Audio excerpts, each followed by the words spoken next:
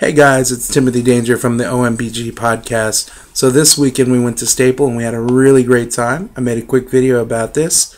Hope you guys like it and kind of see what we did. Are you recording me right now? Why would I be recording you? Right. I'll let y'all. I need a cigarette. And my soda. You need a cigarette? It's not nice. Hello, ladies.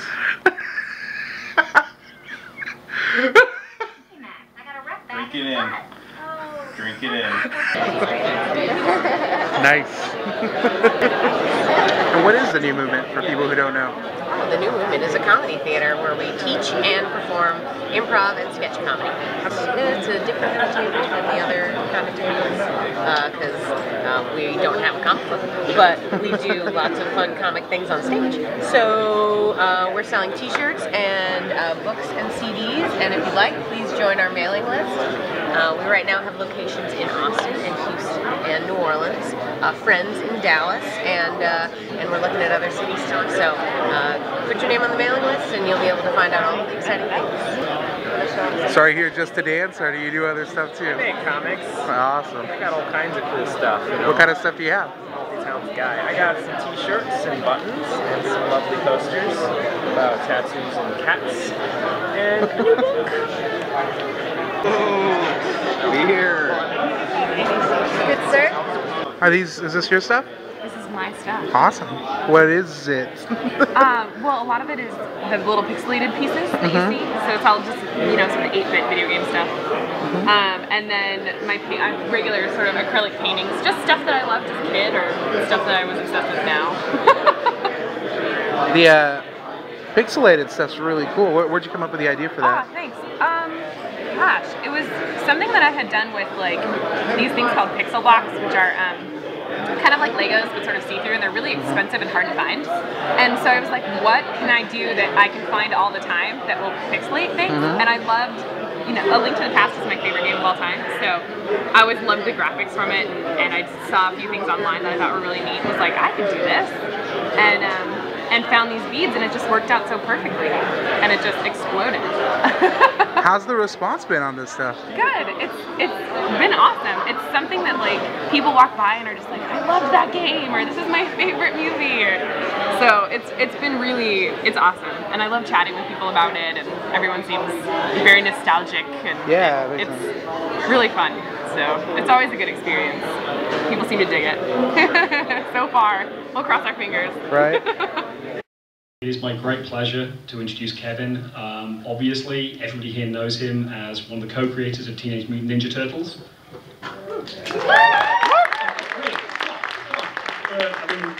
This is a guy who, through the Turtles, helped redefine how indie comic creators and self-owned comics are put out there.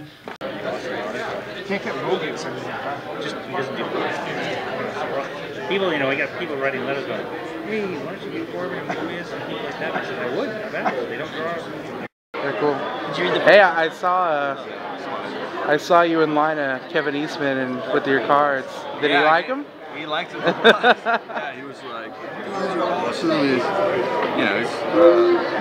was awesome. Very cool. Why don't you tell us about your art?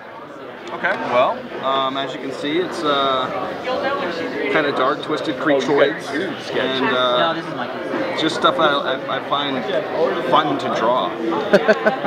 I get pretty much, it entertains me to do it, so that's why I do it, and when people like it themselves, it's just a huge plus. Are you doing any comic book stuff, or are you just doing single art things? I am. Fabian right here, he's a writer from Corpus. I do. And he's written all these here. We're working on a horror comic right now, a little 10-page short. And we're hoping, well, it's going to be out sometime later this year. But cool. Yeah, just keep an eye out for that. Yeah, definitely. Dude, that's fucking rad. What is that? What do we have here? Look at that shit. I'd put that ketchup all over that. Well, first of all, how you doing? My name's Errol Scott Rivera. I'm an independent comic creator, and I make up a lot of crazy shit. These are my comic books. a series called Mind City.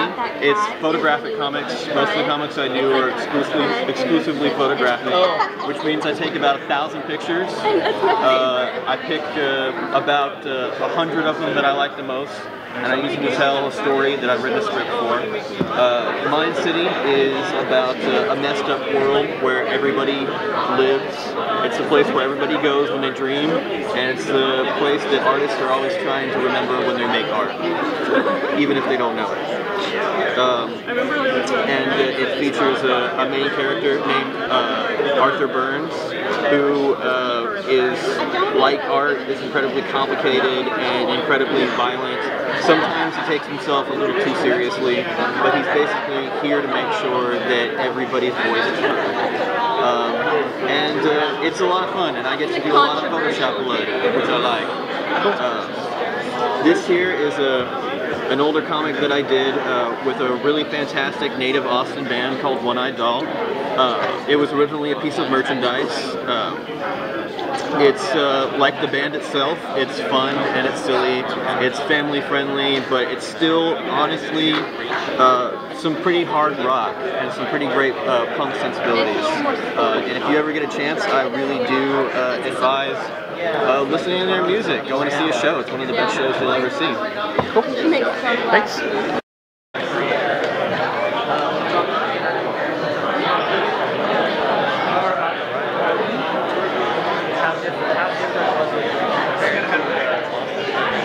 What kind of things are you working on? Well, we've got a number of different projects. Eric is another one of our comic book artists. He plays in a psychedelic rock band and does comics about his daily travails. It's really funny stuff. We've got a little bit of everything. I'm a novelist. I've got the Wonder Boy serials, which is a serialized superhero novel, kind of a Alan Moore, Neil Gaiman kind of deconstruction of the superhero mythos.